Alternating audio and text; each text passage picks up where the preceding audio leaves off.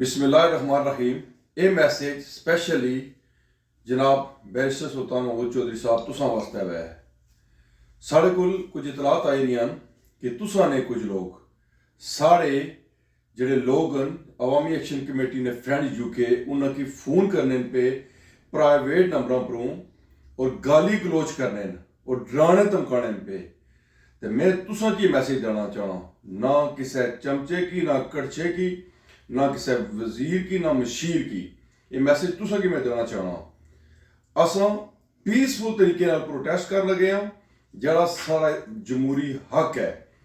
तुसां जेडे गुल खलाए वो तुसां की पता, असां जो कुछ कर लगे हैं तुसां की पता क्यों कर लगे हैं।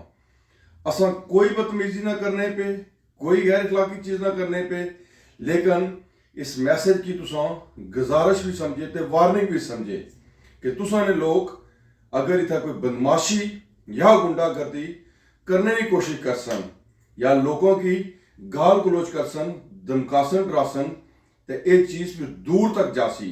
तो इसमें जिम्मेदार तुसां हो। असां तुसां की बड़े अदब नाल, एहतराम नाल, तहजीब ने दायरे रहने हुई ये मैसेज देना चाहने हैं कि असां प्रोटेस्ट जरा करने पे तुसें पता क्या वजह है।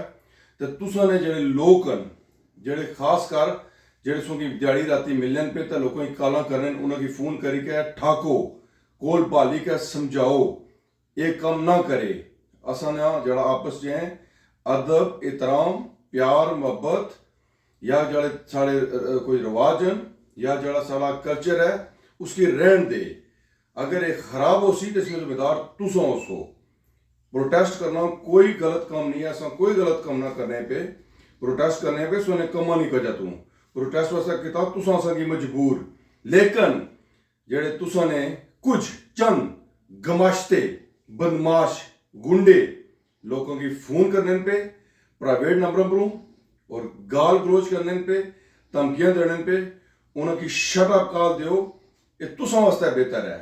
ये याद रखे जिला अंदर शीशे ने कार बैठे वो तो कुछ की पत्थर मारो तो अपना कार भी महफूज नहीं रहना। तो लिहाजा असां पीसफुल प्रोटेस्ट हर सूरत करसा मगर असां चाहने तुसां अपना जलसा करो, असां अपना प्रोटेस्ट करा। ये डराना धमकाना ये वक्त चले गए। माड़े छोटे जे मैसेज की ज्यादा समझे। मैं तुसां ने किसी बंदे की जवाब ना दे लगा। ये मैसेज उम्मीद है कि तुसां जेडे खास लोग उतों थोड़ी पचासन। ये मैसेज में खसूसन सदर जेडे रियासत ने इस टाइम है जिन्हें की बैठाया गया साढ़े पर जनाब बैरिस्टर सुल्तान महमूद चौधरी साहब तुसां के दे रहा। तो इस थोड़े मैसेज की ज्यादा समझे। शुक्रिया।